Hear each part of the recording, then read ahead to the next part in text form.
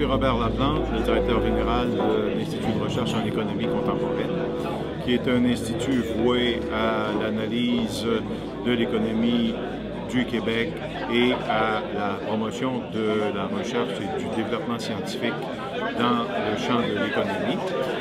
Nous avons cru nécessaire de tenir ce colloque en collaboration avec le Fonds, avec la Fédération des travailleurs du Québec et l'Association manufacturiers et exportateurs du Québec, parce que la situation monétaire crée, à force du dollar, surtout son extrême volatilité, crée sur l'économie québécoise et particulièrement sur le secteur manufacturier des pressions qui sont terriblement déstabilisantes depuis quelques années. On parle de plusieurs dizaines de milliers d'emplois dont la perte serait attribuable à cette grande volatilité et à cette force excessive du dollar. Dans le court et moyen terme, il n'y a aucun doute qu'il y aura une tendance à la hausse du prix du pétrole.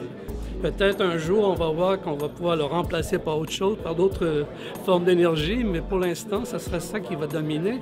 Et ce qui veut dire que notre dollar, qui est de plus en plus lié au prix du pétrole, en quelque sorte, mais c'est quand même très intéressant, juste d'ailleurs noter un peu ça, aux années 70, lorsqu'il y a eu la crise du pétrole de l'époque, lorsqu'il y a eu une très forte hausse du prix du pétrole, le dollar canadien n'a pas grimpé, il avait chuté. Tandis qu'aujourd'hui, c'est l'inverse qui est vrai. C'est parce que réellement, d'abord avec l'ALENA et tout ça, on est tellement intégré vis-à-vis le marché américain que là, et puis aussi, on a tellement investi dans ce secteur-là. Ce sont les Américains d'abord qui ont investi en Alberta, dans les sables bitumineuses et tout ça, justement pour mieux exploiter ça, parce que c'est quand même une ressource très importante pour la survie, en quelque sorte, la performance de l'économie nord-américaine. Et donc, dans ce sens-là, on est devenu de plus en plus dépendant de ces exportations du pétrole et d'autres produits énergétiques. Et donc, même le Québec, avec l'hydro, en fait, c'est pas juste le cas de l'Alberta, mais c'est d'abord l'Alberta. Je veux dire, c'est pas le prix de l'énergie électrique qui fait grimper le dollar canadien, mais c'est d'abord le prix du pétrole. Et ça, c'est nouveau depuis les années 90, ça a changé. Alors, c'est là où on a des problèmes qu'on appelle souvent le problème de la syndrome hollandaise. Ce qui veut dire que chaque fois qu'il y a une hausse du prix du pétrole qui fait grimper le dollar canadien, la devise canadienne, là, ça a un impact direct, naturellement, sur nos exportations et d'abord dans nos exportations manufacturières. Alors oui, ça peut avoir un effet mitigé, enfin, ça sera un effet qui serait peut-être négatif sur la possibilité de reprise. Mais c'est quoi le choix? C'est ça qui est le problème. C'est quoi l'alternative? Et l'alternative, c'est pas très évident. Comme d'ailleurs, nous allons en parler là, dans le colloque.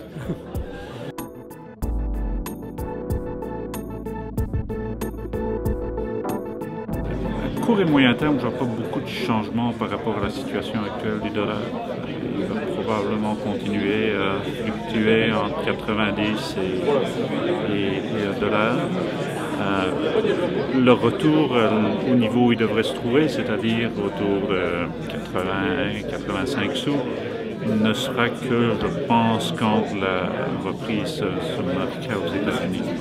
Il est lié au prix des ressources naturelles de façon évidente, mais il est aussi lié à la situation des États-Unis. Et je ne vois pas, à moins d'une reprise mondiale explosive dans les mois qui viennent, je ne vois pas d'une augmentation marquée du prix des ressources naturelles qui pourrait justifier une augmentation assez marquée du dollar. Pour le moment, à mon avis, le fait que le dollar canadien soit élevé n'aide pas, mais c'est certainement pas le plus gros problème de l'économie canadienne pour le moment. Le problème de l'économie canadienne, c'est qu'une bonne partie de nos exportations vers les États-Unis ont diminué.